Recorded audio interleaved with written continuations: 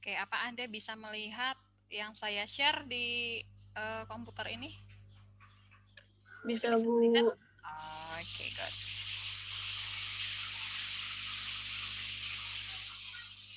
Ya, yang pertama kita akan membahas mengenai sales tip. Ini kelas Anda belum dapat ya materi ini ya?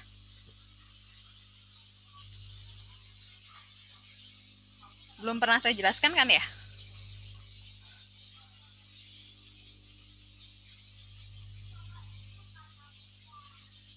Belum pernahkah? Sudahkah? Saya nggak tahu. Bisa direspon? Sudahkah atau belumkah?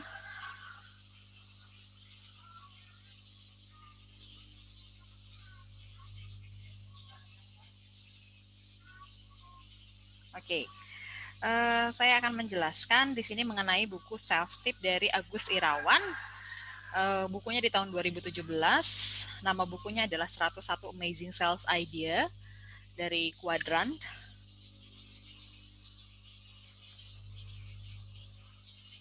Oke. Di dalam buku ini berisi mengenai tip-tip bagi seorang sales, tenaga sales gitu. Jadi yang diberikan dari buku ini adalah apa yang harus dilakukan oleh tenaga sales dalam melakukan tindakan penjualan. Gitu. Yang pertama ini adalah kita akan membahas slide yang pertama. Di slide yang pertama itu berbicara mengenai identitas itu penting katanya. Jadi pada saat Anda mau melakukan kegiatan penjualan, Anda harus mengerti siapa itu. Sales itu adalah Anda dan Anda itu adalah sales. Pada saat Anda bertemu pertama kali dengan customer Anda, selalu berusaha untuk menanyakan apa kabar, memperkenalkan diri, dan mengutarakan apa tujuan dari Anda datang bertemu dengan customer Anda. Apa yang harus Anda lakukan pada saat Anda melakukan komunikasi dengan customer Anda? Ingat bahwa customer itu terutama bagi customer yang baru pertama kali ketemu dengan Anda sebagai tenaga sales, ingat bahwa kesan pertama itu penting gitu. Kesan pertama itu sangat mengesankan. Itu yang harus Anda ingat. Gimana caranya untuk memastikan bahwa customer merasakan bahwa Anda ini ready to help, sangat ramah, menyenangkan gitu. Itu ada tips penting yang dikatakan oleh Pak Irawan tersebut. Jangan sombong, jaga ucapan, tingkatkan kepedulian sosial, mencari ke tempat baru, jangan memilih pergaulan, perbanyak keahlian di segala bidang, dan juga suka menolong. Ingat, pada saat Anda berbicara, orang lain akan merasakan bagaimana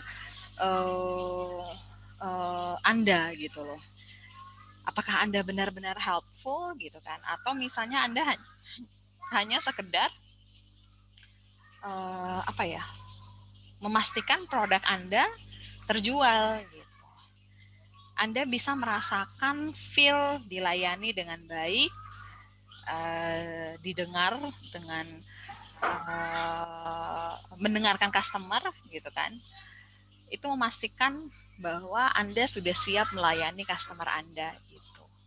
Jadi jangan sampai pemilihan tone suara Anda gitu kan, misalnya nadanya terlalu tinggi, terlalu melengking gitu kan, itu juga akan mempengaruhi nanti customernya melihatnya seperti gimana gitu rasanya. Apa yang dilakukan oleh tenaga-tenaga sales kalau misalnya Anda sering ke mall nih, contohnya ke Carrefour atau ke Sun Plaza gitu kan. Pada saat orang-orang yang ada di berjualan handphone akan berbeda menawarkan barang dengan orang-orang yang berjualan di toko emas gitu. Toko emas tuh nggak ada tuh yang keluar-keluar tokonya nawar-nawarin gitu, nggak ada. Yang jual di handphone, jual handphone biasanya kan akan seperti itu gitu kan, keluar-keluar ngasih brosur dan segala macam gitu. Oke, jadi itu akan menjadikan perbedaan. Lalu yang berikutnya adalah promosi tiada batas. Oke, promosi tiada batas.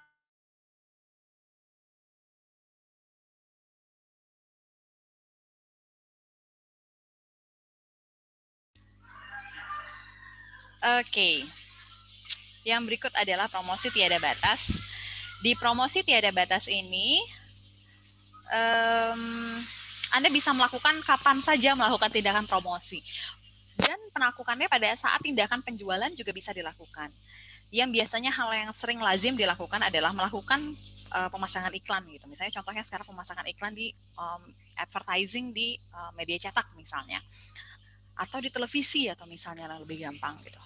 Anda coba melihat bahwa Indomie atau mie instan yang mereknya Indomie itu tetap melakukan kegiatan promosi, walaupun kita tahu misalnya perusahaan Indomie ini adalah perusahaan yang sudah menjadi pemimpin pasar gitu kan.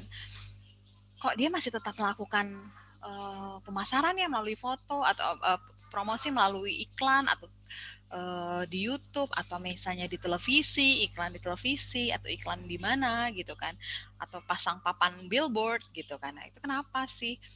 Nah, di situ ditujukan bahwa selain untuk memberikan informasi kepada halayak atau masyarakat, di situ juga bisa mempengaruhi masyarakat untuk membeli dan menggunakan produk atau barang yang dipromosikan tersebut. Lalu yang ketiga itu juga bisa jadi mereka atau produknya tujuannya untuk mengingatkan kembali produk yang sudah ada gitu. Jadi jangan sampai lupa untuk masyarakat jangan sampai lupa tentang produk tersebut gitu. Nah, sebagai Anda tenaga penjual juga bisa melakukannya kapan saja gitu. Oke. Nah, cuman yang di sini yang menjadi concern dari Pak Irawan ini adalah tipsnya di sini pasang iklan itu harus tahu hari dan waktunya, lalu juga harus tahu apa sih setiap hari apa saja mau masang iklan, jamnya jam berapa mungkin kan, lalu dipilih medianya mau media yang mana saja gitu, itu juga kan bisa. Lalu berikutnya adalah kalau misalnya contohnya adalah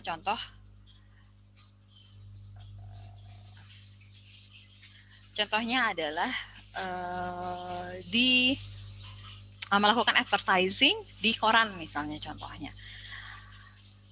Anda mau memasang iklannya di sebelah mana? Apakah di halaman paling depan? Apakah memang di bagian iklan? Ataukah memang di halaman paling belakang? Bagaimana posisinya? Di atas, di bawah, di tengah gitu kan? Apakah Anda mau pakai gambar? Ataukah hanya tulisan? Lalu misalnya Anda juga mau memasangnya dengan iklan baris saja? Atau biasanya kapan sih yang paling tepat untuk membaca atau melihat koran? Gitu. Atau misalnya target pasar Anda adalah Anda menjual produknya adalah Ferrari gitu loh. Apakah Anda memasang iklannya di Tribun News atau Anda memasangnya di koran Tempo gitu. Nah, itu kan akan berbeda lagi gitu ya.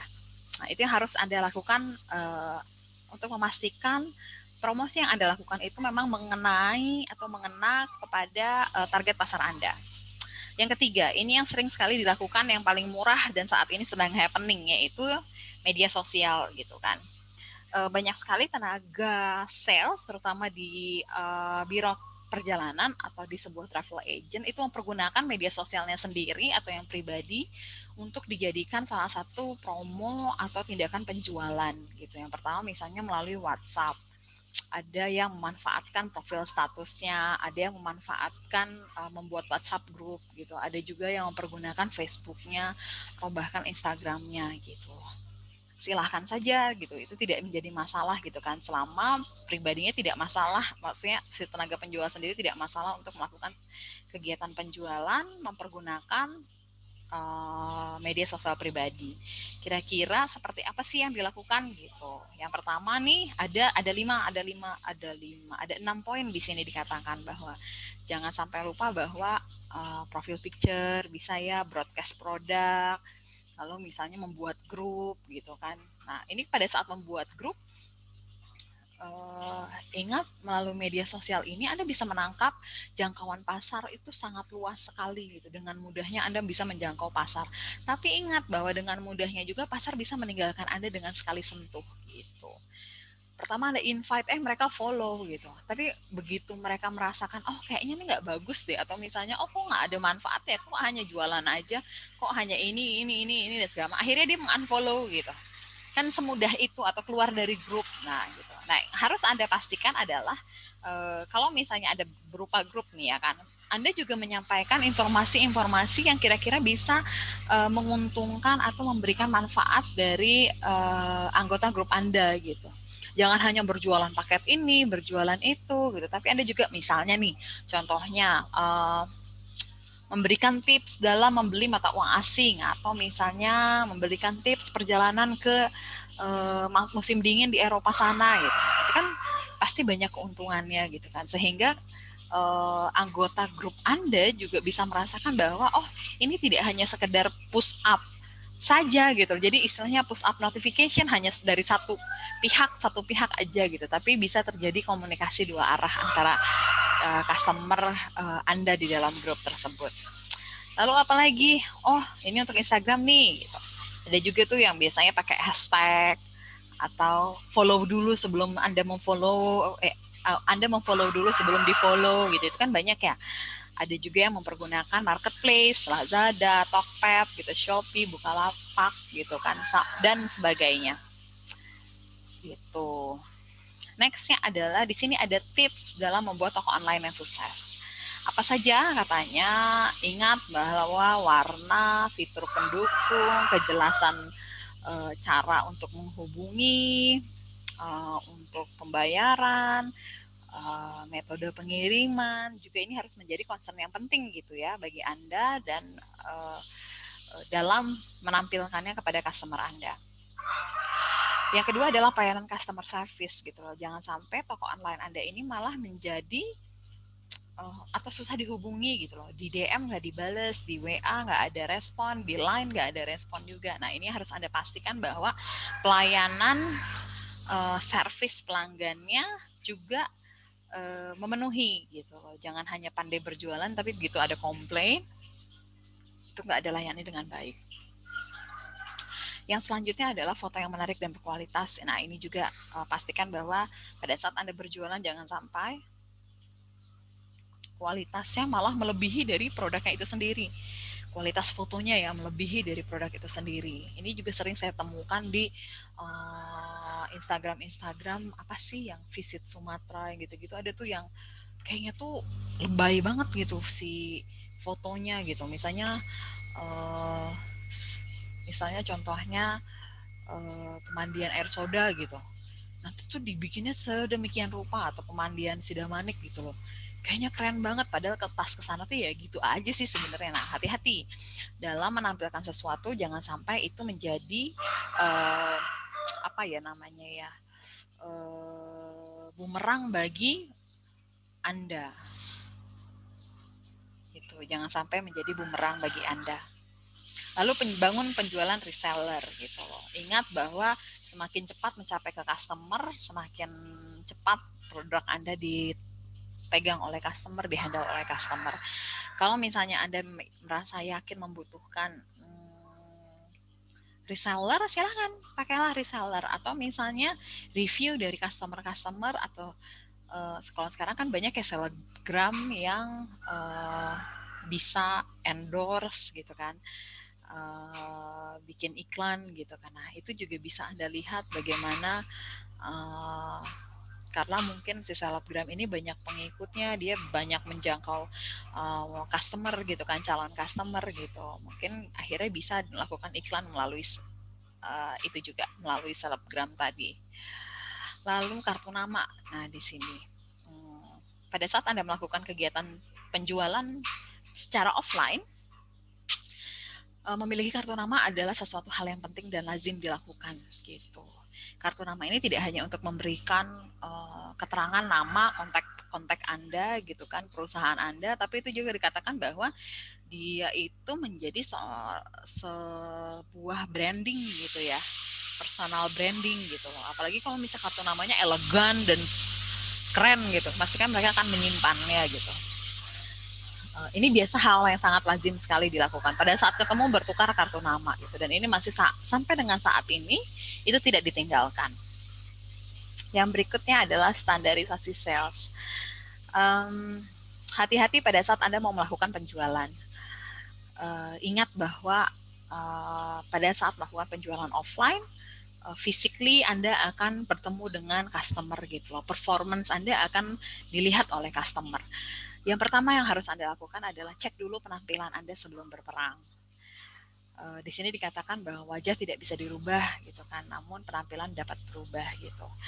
Anda juga sudah paham sekali dengan performance atau grooming gitu ya. Kalau di bidang pariwisata sangat awam sekali gitu. Anda harus rapi, kemeja dimasukkan, memakai kaos dalam, rambut rapi, tidak ada jenggot, kumis, sepatu kinclong gitu kan, celana rapi, tidak kusut, bahkan tidak bau badan, tidak bau mulut, kuku gitu kan. Nah, itu yang harus diperhatikan. Ingat bahwa semakin rapi penampilan Anda itu semakin terlihat bahwa tingkat perusahaannya ini akan dilihat lebih bonafit dibandingkan sebelumnya. Gitu. That's why kalau misalnya Anda lihat tenaga marketing atau tenaga sales dari sebuah hotel tuh performance-nya keren-keren gitu kan. Nah, itu juga salah satu yang melihat bahwa ternyata suatu perusahaan ini akan bisa dilihat dari performance dari karyawannya. Yang keenam, sejauh apa kamu memahami produk pesaing dan produkmu sendiri.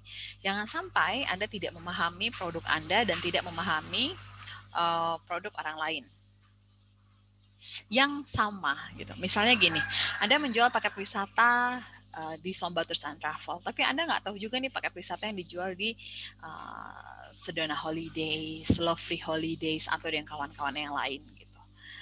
Nah, itu harus Anda tahu gitu kan. Kenapa Anda harus tahu? Ya, kalau misalnya nanti customer-nya bertanya, ini apa bedanya sama yang di travel sebelah ya misalnya. Anda bisa memberikan informasi, saran gitu kan, atau bahkan bisa memberikan solusi gitu. Oke. Lalu yang terakhir, slide terakhir adalah attitude katanya. Calon konsumen akan suka dengan penjualan yang ramah dan menyenangkan. Konsumen Anda akan merasa nyaman dan senang bila dilayani dengan sopan dan baik. Bagaimana cara membangun dan mempertahankan attitude yang baik itu? Di situ ada 9 hal katanya. Fokus kepada hal-hal yang positif, membiasakan diri untuk tidak menunda, mengembangkan sikap penuh dengan rasa syukur, gitu, membangun kepercayaan diri, menjauhi pengaruh negatif, belajar menyukai hal yang harus Anda kerjakan, mulailah hari dengan semangat yang positif. Inilah dia yang harus Anda lakukan. Nah, di dalam slide 12 slide ini, di dalam bukunya 101 Amazing Sales ini sangat aplikatif gitu ya. Hal-hal yang aplikatif yang bisa Anda lakukan pada saat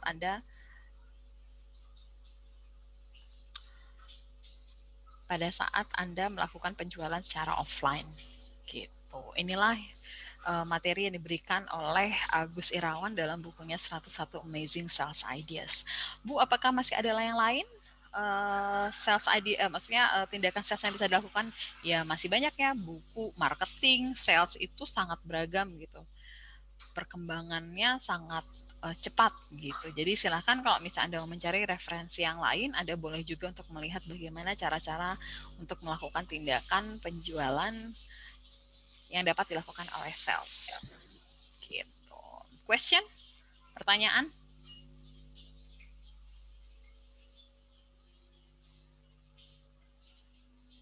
Ada pertanyaan? Tidak ada? Saya akan masuk ke practical guide selling travel. Di sini diambil, ini udah saya jelaskan belum ke Anda? Saya lupa nih. Anyone? Sudah Bu, waktu bareng anak A kalau nggak salah kemarin. Sudah ya, bareng anak A ya? Oke. Iya Bu. Lalu kita akan masuk ke ini, develop marketing strategy. Nah ini saya mau memberikan Anda untuk develop marketing strategi ini sebenarnya Anda bisa melihat membaca sendiri ya. Di sini tuh udah ada training manualnya gitu. Jadi Anda silahkan membaca secara mandiri. Oke. Ini masih ada 184 halaman. Nah, kalau misalnya Anda mau melihat dari sisi marketingnya ada, tapi kalau misalnya Anda mau melihat dari sisi salesnya itu udah mulai dari apa namanya, elemen keempat. Elemen keempat itu halaman 115. Gitu. Ini agak lama kalau saya buka. 115. Nah, ini adalah materi Asian Toolbox. Sebelumnya mungkin saya udah pernah ngajarin waktu di materi promosi, tapi kalau ini kita akan masuk ke bagian salesnya. Di halaman 115 itu di elemen 4. Di situ bisa Anda baca sendiri, hal yang sangat mudah sekali, kata-katanya nggak begitu ribet.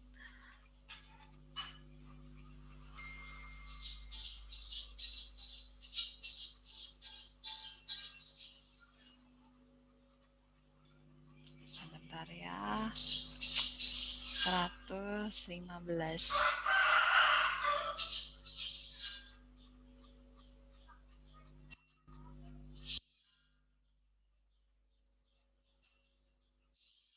Oke.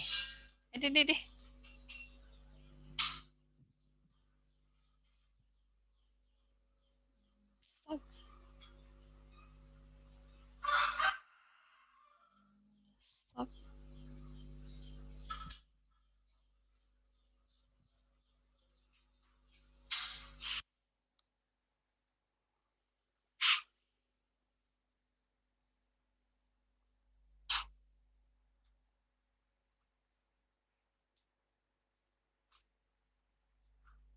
Oke, dia sudah stop.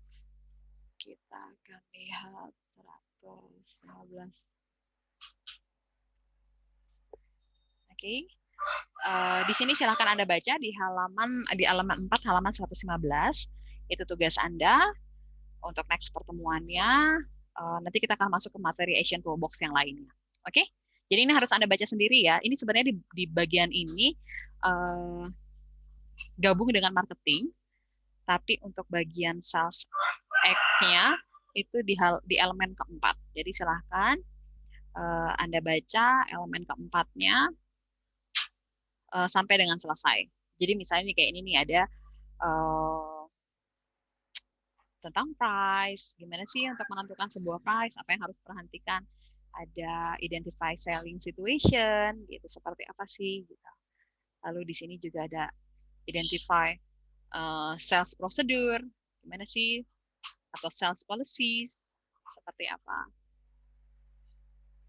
atau KPIs, key performance indicator, itu juga bisa dilakukan. Gimana sih menentukan key performance indicator untuk tenaga sales, gitu. Nah, ini dia, implement sales policies and procedure. Silakan Anda baca ya. Itu halaman mulai dari halaman 115 sampai ke bawah itu udah masuk tentang sales. Silakan Anda baca. Ini ada planning of sales activities. Nanti next pertemuan kita hanya akan mereview saja. Jadi kita nggak usah bahas lagi satu-satu, tapi Anda sudah melakukan belajar mandiri sebelumnya, baru nanti saya akan masuk untuk mengkonklusikan saja. Gitu. Oke, sudah mendekati waktu dari akhirnya sesinya. Oke, kalau begitu kita tidak mengadakan, kita sudah melewati jadwal UTS memang, jadi nggak usah khawatir, nanti kita akan melakukan pemberian tugas untuk menggantikan nilai UTS nanti. Ada pertanyaan sebelum saya akhiri? Guys, udah jelas semuanya ya? Kalau misalnya masih bingung, silakan Anda baca PowerPoint-nya. Simple sekali, sudah saya simpelkan gitu. Jadi seharusnya tidak menjadi hal yang sulit untuk Anda baca. Ingat, membaca gitu ya. Apalagi Anda yang mengangkat tentang sales nih, topik sales nih di TA-nya, silahkan Anda cari materi di situ, agak lumayan banyak juga. Oke? Kalau begitu itu saja. Terima kasih. Sampai jumpa lagi di next pertemuan online. Jangan lupa belajar mandiri ya, ingat ya. Terima kasih, selamat pagi. Selamat pagi, Bu. Selamat pagi, Bu.